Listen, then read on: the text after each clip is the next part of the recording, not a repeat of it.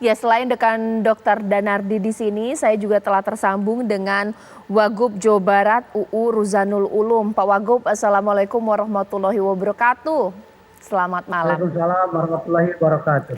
Ya, Pak Wagub, ini bagaimana nih persiapan daerah ini untuk Jawa Barat untuk menerima para pemudik ini? Pasti sudah ada yang sampai, masih dalam perjalanan. Mengingat kalau euforia tahun ini pasti yang diantisipasi macet dan prokesnya. Ini bagaimana? Terima kasih. Memang Jawa Barat ini menjadi tujuan mudik karena pertama lintasan yang juga dekat dengan ibu kota. Diestimasikan tahun ini yang akan datang ke Jawa Barat sekitar 16 juta lebih. Dan keluar dari Jakarta, dari Jawa Barat sekitar 9 juta lebih. Artinya ada 6 juta lebih ada di Jawa Barat ini. Kami sudah melaksanakan kegiatan apa yang sudah diputuskan di saat rapat dengan dua kementerian hadir ke Jawa Barat, Menteri Perhubungan dan Menteri PMK. Bersama Polda Jabar, Pangdam 3 Siliwangi, dan dari provinsi diwakili oleh saya, karena Pak Gubernur waktu itu ada halangan. Artinya posko-posko sudah siap, bukan hanya posko dari pihak kepolisian, dan juga posko dari pihak pemerintah, khususnya di Sub, yang bekerja sama dengan para bupati dan wali kota. Dan juga disiapkan juga BPBD, dan juga kesehatan, karena sekarang kan masih musim hujan. Sementara Jawa Barat ini juga daerah rawan longsor yang menjadi beberapa lintasan pemudik. Jadi kami sudah siap, bahkan Jawa Barat ini sebagai tempat berkunjungnya atau datangnya wisatawan. Karena Jawa Barat punya titik-titik wisatawan yang memang sangat strategis dan digandungi, dari mulai Puncak, Pangandaran, Jawa Barat bagian selatan, Jawa Barat bagian utara, kemudian juga Bandung Raya kan ini tahu sendiri sebagai pusat kuliner, kemudian fashion, masyarakat banyak sekali yang datang ke wilayah Jawa Barat. Prokes itu harus, tetapi batasan untuk kehadiran ini dibebaskan, tidak seperti tahun-tahun yang kemarin. Dan alhamdulillah hari ini sudah mulai berdatangan, memang ada kemacetan seperti di Pasteur dan yang lainnya, tetapi semua bisa terantisipasi dengan baik. Pak Kapolda memberikan kebebasan, memberikan diskresi kepada para pejabat kepolisian, khususnya Polsek, di daerah-daerah yang biasa dilewati pemudik dan ada pasar tumpah. Jadi untuk merekayasa lalu lintas dan yang lainnya tidak usah ada koordinasi atau keputusan dari Polda Jabar, langsung saja mereka mengadakan inovasi-inovasi untuk lebih baik lagi. Seperti itu, Bu. Baik, mungkin saya ke Dokter Danardi ya untuk menanggapi. Dok, sebenarnya salah nggak sih kalau masyarakat sedikit lebih longgar untuk menerapkan prokes? Mengingat kalau negara-negara lain katanya udah banyak yang nggak pakai masker, apalagi sekarang pemerintah daerah kan juga melonggarkan aturan. Bagaimana, Dok? Jadi perlu juga diingat bahwa dengan adanya vaksinasi itu juga sudah memperkuat diri seseorang untuk mempunyai imunitas yang tinggi. Dan juga kalau kita lihat seperti tadi bahwa ketika naik bus tidak bisa terhindarkan orang tidak bisa menjaga jarak, saling menyentuh. Berdesak-desakan ya. Tapi apa yang harus kita lakukan, kita bisa menjaga diri. Artinya tadi bahwa kita pergi dalam keadaan yang cukup sehat. Kemudian juga upayakan, katakanlah kita punya disinfektan yang kita semprot daerah tangan atau daerah yang tadi bisa bersentuhan, agar supaya kalaupun ada tentu kita bisa terhindar. Dan juga kalaupun juga di tempat restoran atau tempat hotel juga upayakan ketika menyentuh barang itu atau menyentuh apapun, upayakan segera cuci tangan atau kita punya desinfektan sehingga kita bisa tetap terjaga. Jadi meskipun ada pelonggaran, tetapi prokes upayakan kita bisa semaksimal mungkin. Moga-moga kita terjaga. Oke, kalau misalnya Pak Wagub, sebenarnya seberapa yakin Pak Wagub bahwa ketika daerah sudah melonggarkan aturan, masyarakat yang datang ke Jawa Barat ini memang secara kesadaran ini taat prokes, mengingat bahwa masyarakat kita ya sedikit kurang lah ya prokesnya, karena sudah mulai kita lihat ini banyak yang nggak pakai masker. Bagaimana ini Pak Wagub? Jadi ini juga kabar gembira juga buat Jawa Barat. Hari ini bor sudah 1% ya. Kemudian di tempat-tempat rumah sakit sudah banyak yang nihil di kabupaten kota. Dan ini pun menjadikan dasar kami. Karena arahan dari pemerintah pusat ya seperti itu. Kami Pemprov merupakan kepanjangan dari Jakarta. yang harus dikuatkan pertama adalah betul sama Pak Dokter tadi, yaitu dengan adanya vaksin di Jawa Barat. Bahkan vaksin sekarang masih berlanjut pelaksanaan kegiatan tersebut. Tapi mudah-mudahan, ini feeling saya ya, setelah Lebaran tahun ini tidak akan ada lonjakan-lonjakan yang seperti tahun-tahun sebelumnya. Ini feeling saya sebagai pimpinan ini, yakin seperti itu. Husnudon lah, tidak akan ada. Tapi sekalipun begitu prokes tetap menjadi dasar untuk menahan laju corona di Jawa Barat ini. Tapi kalau masalah kegiatan seperti halal bihalal, kemarin dibicarakan ini jangan lebih daripada 100 orang. Karena kan kalau acara halal bihalal biasa di ruangan, di gedung. Berbeda dengan di tempat-tempat wisata. Kan ruang terbuka. Tidak terlalu sumpek ya kalau memang di ruangan. Tidak seperti di tempat wisata yang lainnya. Seperti itu. Baik, mungkin kalau misalnya teringat kita untuk jalan-jalan ke daerah Jawa Barat, yang paling juara ini Dok adalah kulinernya dan tempat wisatanya. Nah, sekiranya apakah ini juga membuat bahwa daerah yang sebelumnya sempat lesu ketika ada musim lebaran atau libur lebaran seperti ini, mereka punya semangat lagi untuk berusaha, punya semangat untuk wah hidup ini ternyata bisa lebih baik karena banyak yang datang menghabiskan uangnya di daerah, bagaimana Dok? Ya betul. Jadi ini memang suatu momen yang baik kalau dari sisi perekonomian, bahwa pandemi sudah mulai menurun, ekonomi kemudian meningkat, dan kalau dari sisi kebutuhan psikologis atau kebutuhan manusia dasar bahwa kita berwisata, kita berrekreasi, kita makan bersama, ketemu teman-teman, ketemu saudara, bersentuhan tangan, itu suatu kebutuhan yang dasar itu. Moga-moga benar tadi Pak Pau bahwa insya Allah ini pandemi ini segera berakhir. Insya Allah. Ya. Oke, baik. Kalau misalnya di Jawa Barat ini bagaimana persiapan untuk menggerakkan roda perekonomian daerah ini Pak Wagub? Mungkin pasar-pasar rakyat atau mungkin tempat-tempat wisata, UMKM. Tapi bagaimanapun juga meskipun ada, para pedagang di sana kemudian jangan mengambil keuntungan yang luar biasa, tapi yang dirugikan di masyarakat, harganya dinaikin gila-gilaan. Bagaimana Pak Wagub? Ya, kalau memang masalah perekonomian, ini kami sudah menggenjot sejak awal. Maka momentum mudik, momentum puasa, dan lebaran ini sudah dijadikan tujuan mereka, terutama UMKM, dan juga tempat-tempat wisata, seperti restoran, sebagai sarana dan prasarana di tempat wisata tersebut. Insya Allah dengan adanya kegiatan seperti sekarang ini, ekonomi di Jawa Barat akan meningkat. Kemarin ekonomi Jawa Barat ini sebelum COVID 5,8% peningkatannya, sekalipun belum merata, ya, dan juga belum merasakan keadilan, hanya di titik-titik tertentu, hanya kelompok-kelompok tertentu yang meningkat ekonominya. Tetapi Pak Gub sekarang berusaha untuk di samping adil juga merata. Jangan hanya daerah-daerah tersebut, jangan hanya kelompok-kelompok tersebut yang meningkat ekonominya. Sekarang ekonomi Jawa Barat sudah hampir 4% kenaikannya. Bahkan THR yang diberikan oleh para perusahaan kepada karyawannya hampir 99% terbayarkan sesuai jadwal. Apalagi kami melaksanakan arahan dari pemerintah pusat dibayar lebih awal dan itu dilaksanakan. Hanya beberapa perusahaan. Begitupun bukan berarti tidak dibayar, tapi dibayar baru separuh.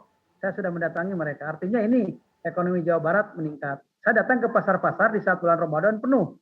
Termasuk juga saya datang ke toko-toko melihat supermarket, toko-toko pakaian dan yang lainnya penuh. Ini menandakan ekonomi Jawa Barat menggeliat kembali lah, seperti itu. Baik, ditahan dulu Pak Wagub. Sekarang saya akan menuju ke Parepare ini pemirsa. Kalau tadi sudah kita pantau di Nagrek, Pelabuhan Merak, di Kalimalang, bahkan Senen. Sekarang kita ke Parepare, sudah ada rekan kami Rusli yang siap mengabarkan dari sana. Rusli silakan. Ya, Caca, dapat kabarkan bahwa hari ini Pelabuhan Parepare memang dari sejak pagi hingga sore hari, bahkan beberapa menit ke depan satu kapal lagi yang akan bersandar, yaitu kapal Madani Nusantara yang akan membawa sekitar 240 pemudik, kemudian termasuk di antaranya adalah kendaraan roda 2 dan roda 4. Ini semuanya berasal dari Balikpapan. Sejak pagi hingga malam ini, jumlah pemudik di Pelabuhan Parepare itu berkisar sekitar 3.000 pemudik, termasuk diantaranya 1.400, kurang lebih 1.400 pemudik yang merupakan pemudik yang sempat tertinggal kapal di Pelabuhan Samarinda, namun akhirnya bisa dibawa ke Pelabuhan Parepare setelah KSOP Parepare berkoordinasi dengan KSOP Samarinda, di mana KSOP Parepare mengirimkan satu unit kapal yang berkapasitas 1.400 hingga 1.500 pemudik. Caca.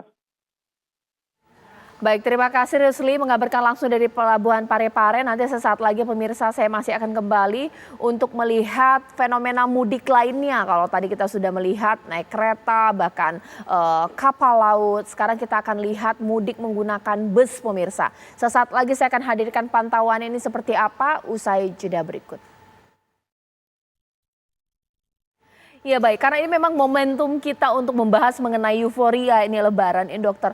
Dok, tapi sebenarnya secara ilmu psikologis atau kejiwaan, seberapa menyumbang cukup besarkah momen libur Lebaran, ibaratnya merecharge energi ya. Kalau misalnya kita sudah kumpul-kumpul bersama keluarga di kampung halaman, nanti setelah Lebaran itu semangatnya itu beda itu untuk menatap hari, bekerja keras. Ini bagaimana dok? Benar itu, bahwa seseorang itu sesekali harus ketemu dengan orang tua, ketemu dengan saudara, ketemu teman-teman lama, itu charging itu ibaratnya baterai memang harus charging. Tapi tadi bahwa charging itu juga harus ada batasnya, jangan sampai berlebihan, jangan sampai kemudian jadi kalau tadi awalnya berhutang menjadi tambah hutangnya. Iya. Kalau memang cukup ya cukupkan, bahwa tidak boleh lepas kendali. Itu penting sekali buat tadi bahwa bersilaturahmi, dan agama pun juga begitu, bahwa kita harus berbakti pada orang tua, harus ketemu orang tua juga. Apa sih yang diinginkan anak itu datang pada saat hari raya, itu kan dua-duanya mendapatkan semangat hidup, bahwa orang tua juga mendapat semangat hidup, anak pun juga senang untuk berbakti pada orang tua. Ayo Baik. lakukan. Baik dok, nah sekarang saya akan langsung saja ini menuju ke rekan-rekan kami yang sudah siap mengabarkan. Dari Kampung Rambutan ini sudah ada Anggia Ebony yang sudah siap di sana untuk cek ya ini gimana nih suasana di Kampung Rambutan untuk yang mudik naik bus. Nah ini seperti apa, karena kalau misalnya kita lihat mudik naik bus ini juga enak, nyaman lah ibaratnya daripada berkendara sendiri ya. Ebony silahkan. Ya, halo, selamat malam Caca dan pemirsa. Untuk kondisi malam ini di Terminal Kampung Rambutan, Jakarta Timur masih cukup ramai akan pemudik yang hendak berangkat menuju sejumlah wilayah di Pulau Jawa maupun Sumatera. Nah, tapi kalau dari pantauan kami, ramainya ini masih bisa dikatakan kondusif. Artinya tidak ada kepadatan, tidak ada kerumunan. Para penumpang ini juga masih kebagian tempat duduk di area ruang tunggu, jadi tidak ada penumpang ataupun pemudik yang harus gelar tikar ataupun duduk di lantai sambil menunggu jadwal keberangkatan bus mereka.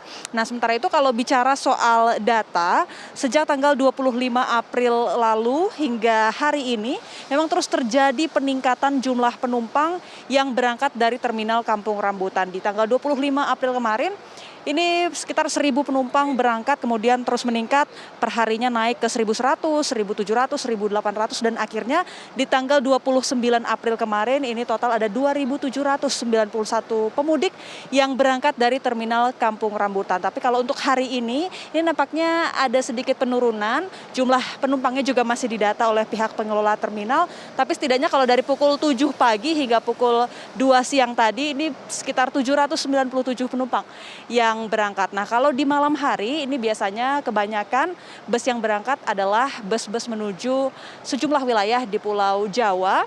Nah, sementara untuk yang tujuannya ke Sumatera itu sudah berangkat di pagi hingga siang hari tadi. Nah, tapi kembali lagi nih kita kalau bicara soal data, sebenarnya kalau dibandingkan dengan di tahun 2019 lalu, Caca dan pemirsa, di masa sebelum pandemi ini angkanya masih jauh. Jadi kalau di tahun ini di puncaknya ini sekitar tadi saya katakan sekitar 2.700 penumpang yang berangkat. Kalau di tahun 2019 ini di puncaknya bisa 14.000 penumpang atau pemudik yang berangkat dari Terminal Kampung Rambutan. Sementara demikian, Caca, kembali ke Anda. Terima kasih Anggia Ebony dari Kampung Rambutan atas laporannya. Sekarang mungkin saya juga akan bertanya ini kepada Pak Wagub. Pak Wagub, bagaimana ini kemudian himbauannya untuk masyarakat yang hendak mudik ke Jawa Barat dalam perjalanan atau juga sudah sampai untuk jangan lupa untuk semarakan perekonomian di daerah, jangan ragu untuk membelanjakan uangnya tapi ya sesuai dengan kemampuan dan tetap jaga prokesnya. Bagaimana Pak Wagub? Pertama, saya menyambut baik kedatangan para tamu yang mudik ke wilayah Jawa Barat. Saya sangat bersenang hati. Yang kedua, mohon dijaga budaya dan norma-norma masyarakat Jawa Barat yang religius. Kemudian juga niatkan sebagai umat muslim bersilaturahmi, karena memang silaturahmi diharuskan oleh agama, sehingga kita mendapatkan pahala. Dan juga silakan berbelanja di Jawa Barat, karena Jawa Barat segalanya ada, segalanya lebih baik, dan juga segalanya lebih membahagiakan. Kemudian juga terakhir, saya berharap mereka yang datang ke Jawa Barat dengan membawa berkah dan kebaikan, sehingga bawa juga kebaikan dari Jawa Barat nanti di saat pulang ataupun keluar dari Jawa Barat. Seperti itu. Terima kasih. Baik, Pak Wagub, terima kasih. Dan mungkin ini Dok, bagaimana ini bahwa jangan lupa juga ya ketika para pemudik ini di perjalanan sudah lelah sampai ke kampung halaman, mau liburan juga pasti lelah. Tapi harus ingat bahwa psikologis dan fisik juga harus dijaga. Kan harus pulang lagi. Ini bagaimana dokter? Ya, jadi persiapan yang baik, kemudian antisipasi yang baik, bahwa tujuan kita adalah untuk bersilaturahmi, tujuan kita untuk bersenang-senang, bahwa ada lelah, ada